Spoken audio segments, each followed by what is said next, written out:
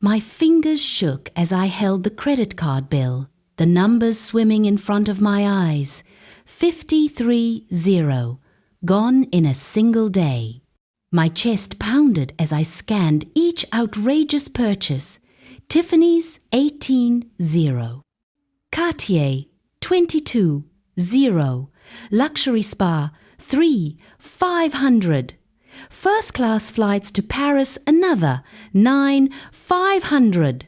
I collapsed into the same kitchen chair where Richard and I had shared morning coffee for nearly 4 decades before cancer stole him from me. The paper in my hands was ice cold, but my face burned with shame. How could I have been so foolish? So trusting? And yet, it wasn't even the money that cut the deepest, though I had never spent half that amount on myself in an entire year. What crushed me was the text message that had arrived earlier that morning, smug and casual. "Thanks for the amazing anniversary gift, Mom Celeste. You're the best mother-in-law ever." The words twisted in my chest like a knife. A second message buzzed through from Sienna, my daughter-in-law. "Marcus and I are having the most magical time in Paris. The suite is breathtaking. Look at the view." Attached were photos, her laughing on a hotel balcony, dripping in jewels I could never dream of affording. In one, she raised a champagne glass, the diamond bracelet on her wrist flashing like a spotlight on my humiliation. I had never authorized anyone to use my credit card. Of that I was absolutely certain. Richard and I had built Whitaker, AMP, associates from nothing 3 decades ago, a scrappy little consulting firm in a rented office that eventually grew into a multi-million-dollar powerhouse with Fortune 500 clients. Richard had been the visionary and the charmer, while I was the strategist, the negotiator, the one who knew exactly where to press in a meeting. Together, we were unstoppable. But after Richard passed 3 years ago, the energy drained out of me.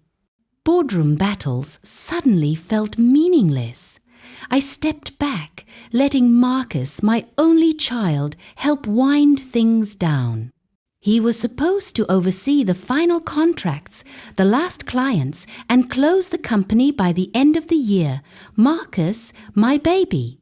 The boy who once held my hand at his father's funeral and swore he'd never let me face life alone. Yet somewhere along the way, after he married Sienna 2 years ago, I began to lose him anyway. I had seen the warning signs at their wedding. My seat at the family table mysteriously forgotten, leaving me with distant relatives while Sienna avoided even looking my way. When I gently raised it later, Marcus brushed it off.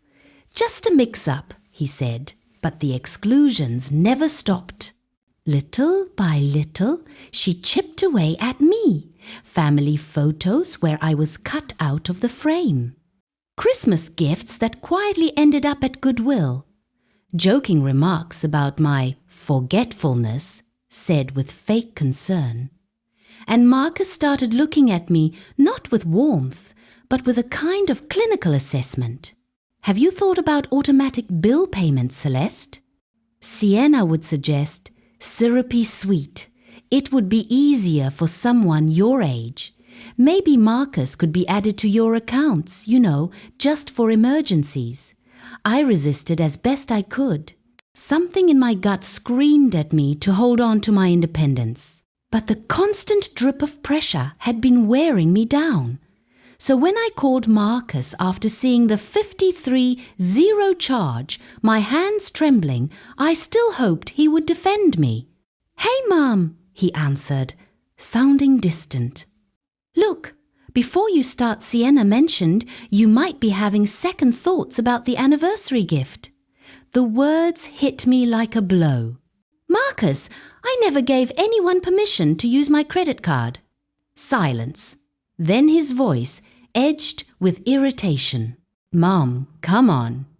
Sienna showed me your messages you told her to treat herself. You said you wanted to surprise us. What messages? I never sent. Maybe you forgot. He cut in quickly. You've been under a lot of stress. Dr. Kim even said grief can affect memory. My blood turned cold. When had Marcus spoken to my doctor about my mental state? Marcus! I snapped, my voice sharper than I intended. That is theft, and you'd better look closely at what your wife is wearing in those photos. Then tell me if a few thousand could buy all that. Before he could answer, I hung up, my hands shaking.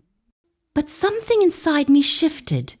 For the first time in years, humiliation gave way to a slow-burning fire.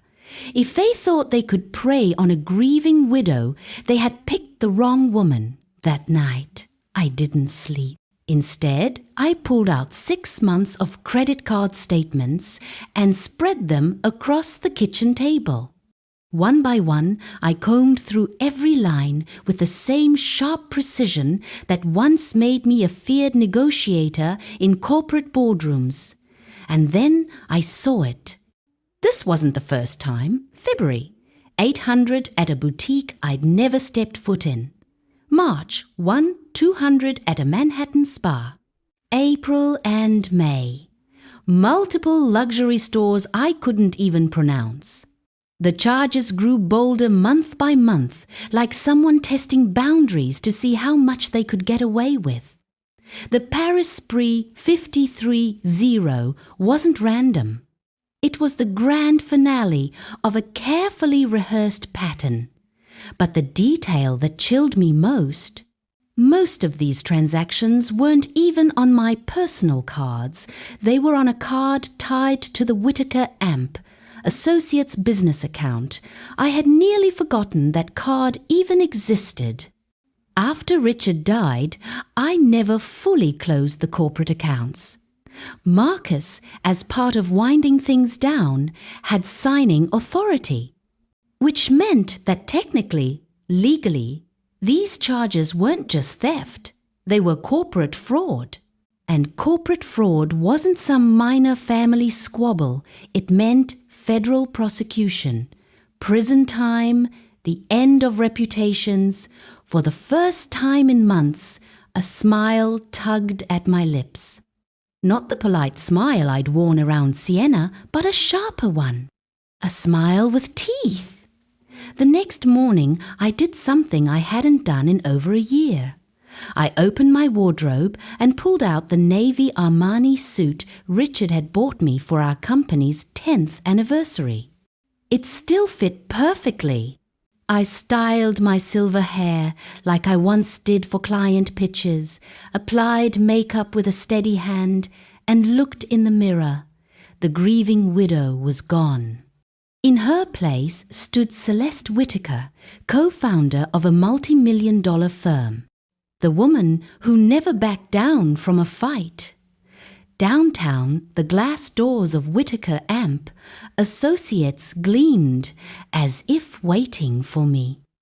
For 25 years, this had been my battlefield, the place Richard and I had built everything. Maria, the receptionist, blinked in surprise when I walked in.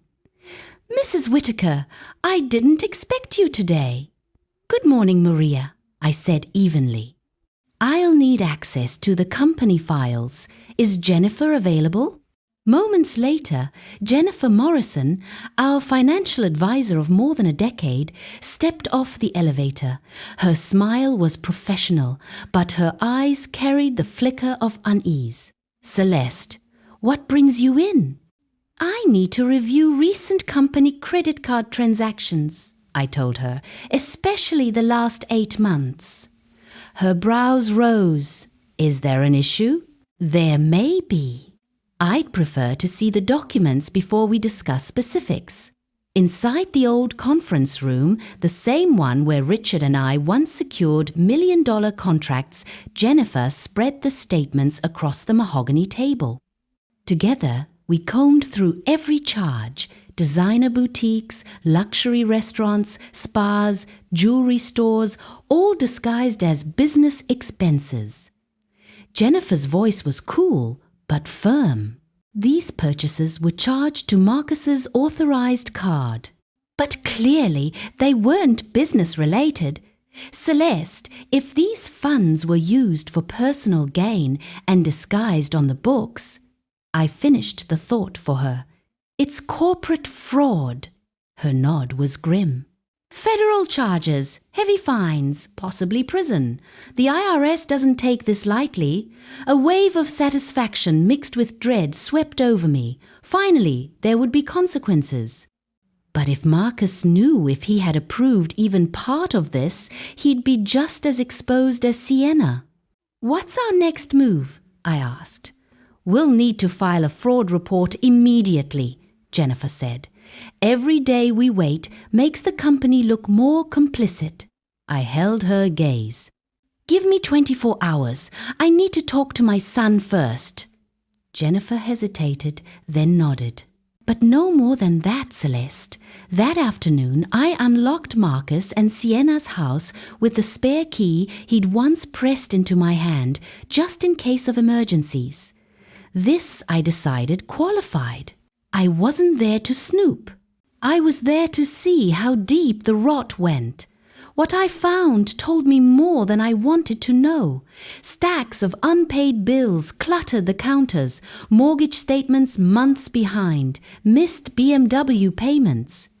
Credit cards drowning in debt. My stolen money, our company's money, had been their lifeline. But it was the manila folder in Sienna's home office that froze my blood. Labeled neatly, Financial Security.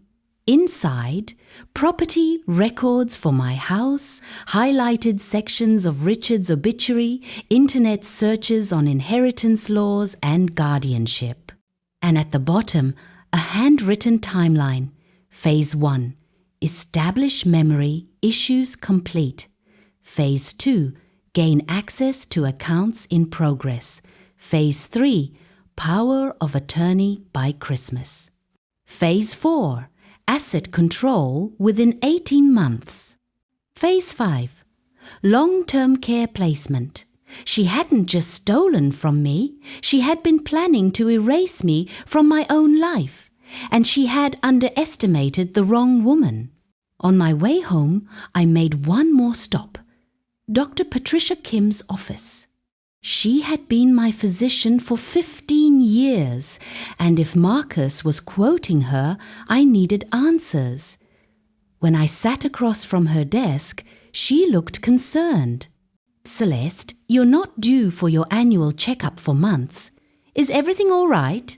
Not exactly, I said, folding my hands to keep them from trembling.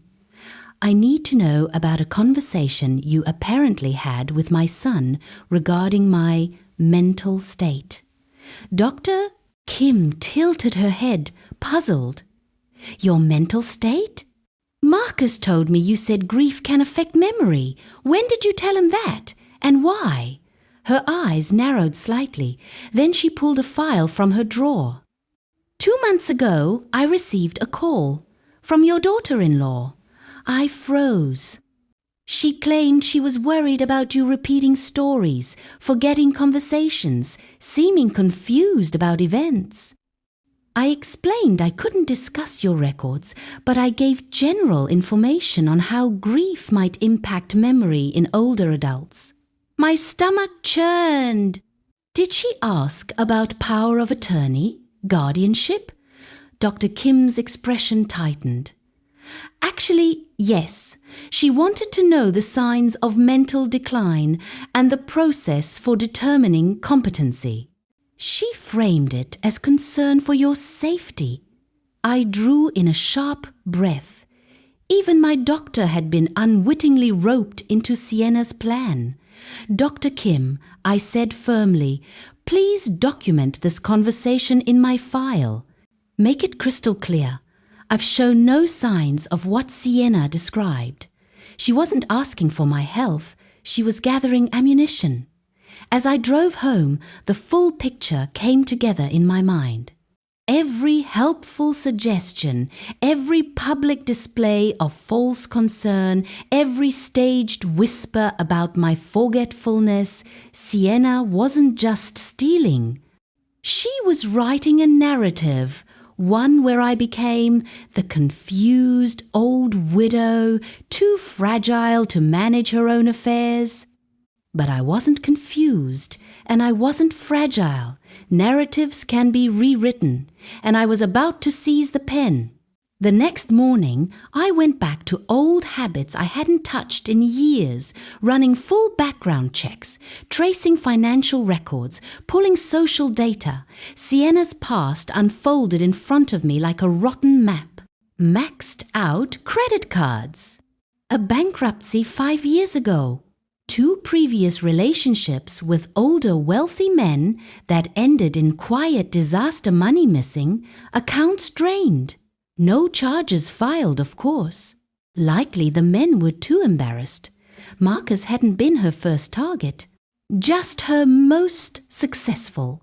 They were drowning in over 180, zero of debt. The house over-mortgaged, car payments delinquent. Marcus didn't know it yet, but his credit and his future were already destroyed. And then I found something that made my skin crawl. Buried in an old Facebook account, hidden behind privacy settings, was a photo. Sienna at dinner with an elderly man I didn't recognize. The caption, "Exploring my options." Some paths don't work out, others lead to better opportunities. The timestamp? 8 months ago, just weeks after she began charging my cards. Marcus wasn't her endgame, he was her stepping stone. That night, I called Jennifer Morrison at home. My voice was calm, but inside my blood boiled. I need everything ready. The best lawyer, full documentation, a confession agreement.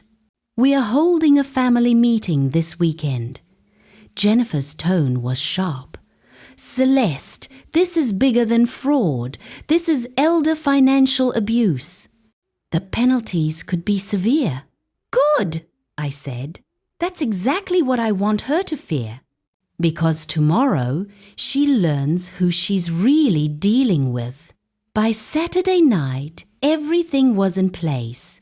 I had rehearsed the confrontation like it was a corporate takeover.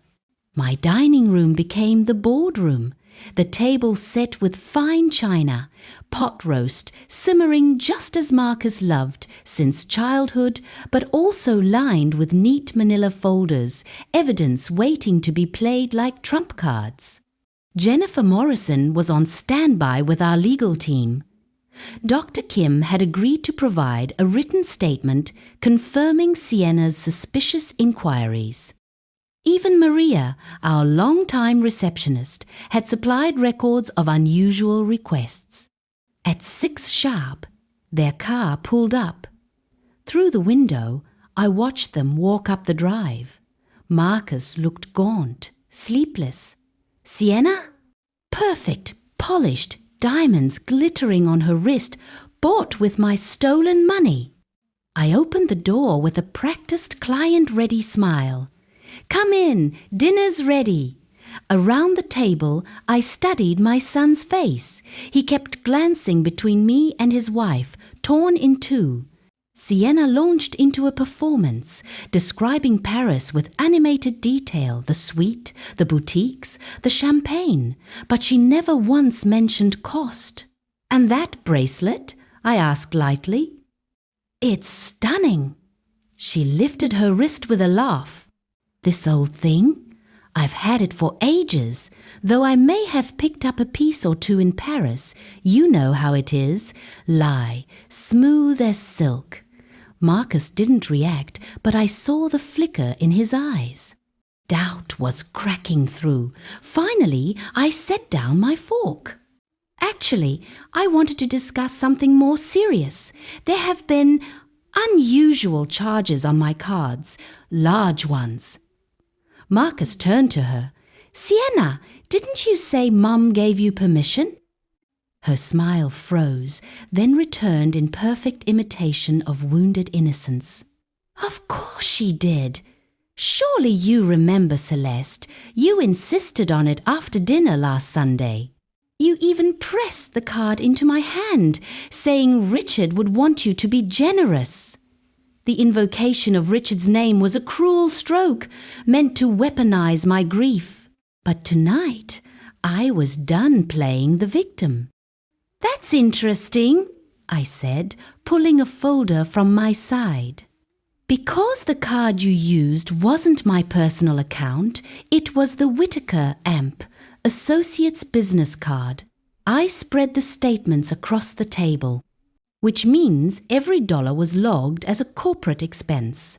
And unless a Paris honeymoon suite is suddenly deductible for consulting firms, these are federal crimes. Marcus's face went pale. Wait, federal crimes? Corporate fraud, I said flatly. The color drained from him as I laid out the charges month by month. Boutiques, spas, jewelry, all disguised as business transactions. Sienna's mask finally cracked. This is ridiculous. You're overreacting. It was just a mix-up. $75,000 isn't a mix-up, I shot back. Marcus shoved back his chair, his voice shaking. 75? Mom, you said 53. That was Paris alone, I corrected. The theft has been happening for months.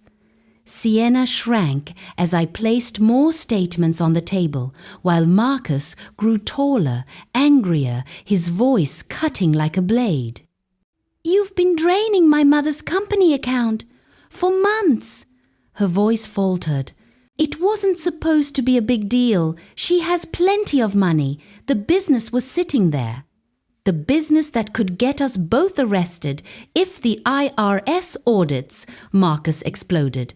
Do you even realize what you've done to me? For the first time, my son saw his wife clearly. But Sienna wasn't done fighting, because just when I thought the mask had fallen, she reached for her phone and unveiled a new weapon. Sienna straightened in her chair, her panic suddenly replaced by icy calculation. She unlocked her phone, slid it across the table, and her voice dripped with triumph. Marcus, look at these. Texts from your mother. 3 months ago, she offered to help us with debt. She insisted we use the business account for the trip, said it would be easier for taxes. Marcus picked up the phone, scanning the screen. My heart sank. The messages looked authentic. My number, my tone, casual lines that could have been mine. I never sent those, I said, forcing my voice steady. They're fake. Are they? Sienna pressed, eyes gleaming. She swiped again, revealing supposed email exchanges where I promised to cover expenses as a gift. Then she opened a notes app filled with dated entries. Feb 10 Celeste repeated the same story 3 times. March 2, confused about current events. Asked if Reagan was still president. A cruel smirk touched her lips. She doesn't even remember what she says half the time. Marcus, this isn't theft. This is elder confusion. And you and I have a duty to protect her from herself. I could feel Marcus wavering. His face twisted with conflict, the evidence before him, the poison his wife had been dripping into his ear for months. I leaned back, forcing calm into my voice. That's clever, Sienna, but you made one mistake. I slid another folder across the table. Inside were printed screenshots provided by my phone carrier and internet provider metadata, timestamps, IP addresses. These messages weren't created on my phone, I explained. They were generated with a spoofing app from your home network at 2:30 a.m. last Thursday while you were supposedly asleep beside my son. Marcus leaned forward, scanning the documents. His jaw tightened. Sienna's face drained of color. That's impossible. She forged those records, Marcus. She's paying someone. Did I also pay someone to break into your office and plant these?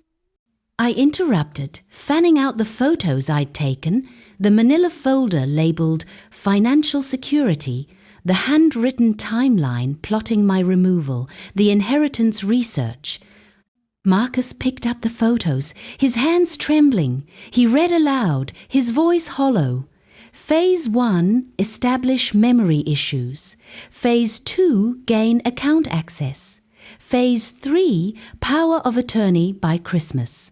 Phase 4, full asset control. Phase 5, long-term care placement. The silence was suffocating.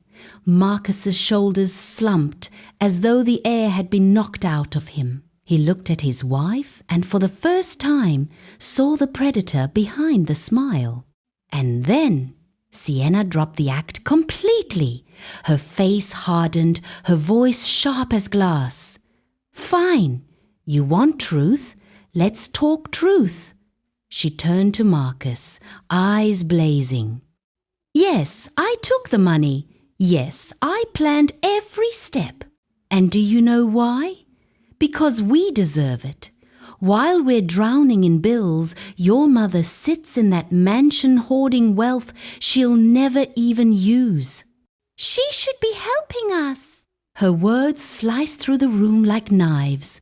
But the worst was yet to come. Sienna stood now, her polished facade crumbling into something raw and venomous. She's old, Marcus. She'll be gone in a decade, maybe less. When she dies, you inherit everything anyway. I just sped up the timeline. My stomach turned, but I forced my voice calm. And after you gained control, what was the plan for my son? Her laugh was bitter. Marcus? Our marriage has been over for months. I stayed for financial security. Love, don't flatter yourself. You were safe, boring a placeholder. I already have someone waiting. David, 68, owns shopping centers in San Diego. Once I secured your mother's assets, I was filing for divorce. Marcus stared at her, shattered. You were going to leave me? I was going to leave you rich, she sneered. I let the silence stretch, then placed my final folder on the table. Everything you just admitted has been recorded, perfectly legal in this state. Every word of theft, fraud, manipulation, all documented. Her face went white. That's entrapment. No, I corrected. It's evidence. I slid 2 documents toward her. Option 1. You sign this confession and restitution agreement. Pay back 78,467 over 5 years. No contact. You disappear. Option 2. I file everything with the FBI tomorrow morning. Fraud, identity theft, elder abuse. 20 years, federal prison. Sienna's hands shook as she picked up the pen. She glanced at Marcus, but he only looked away. Slowly, she scrawled her name. I hate you, she spat. I know, I replied, but you'll still pay me back. That night, she left the house with nothing but her suitcases. The stolen jewelry sat in neat rows on the counter, evidence waiting for the court. Marcus stood in shock, whispering apologies, guilt written all over his face. This wasn't your fault, I told him softly. She was a professional manipulator. You were her latest victim. The divorce was filed Monday. Marcus moved home briefly, rebuilding from the financial wreckage. 3 months later, news came from San Diego. Sienna had tried the same scheme on her new target, but this time the man's daughter was a prosecutor. Sienna was arrested. 6 months later, I stood in my new waterfront condo watching the sun rise. I'd sold the family house, too many ghosts in those walls. This place was smaller, brighter, wholly mine. Marcus had his own apartment now, a stable job, and every Sunday we shared dinner, slowly piecing our bond back together. One evening, he lifted a glass of champagne. "To your freedom, to us surviving the worst."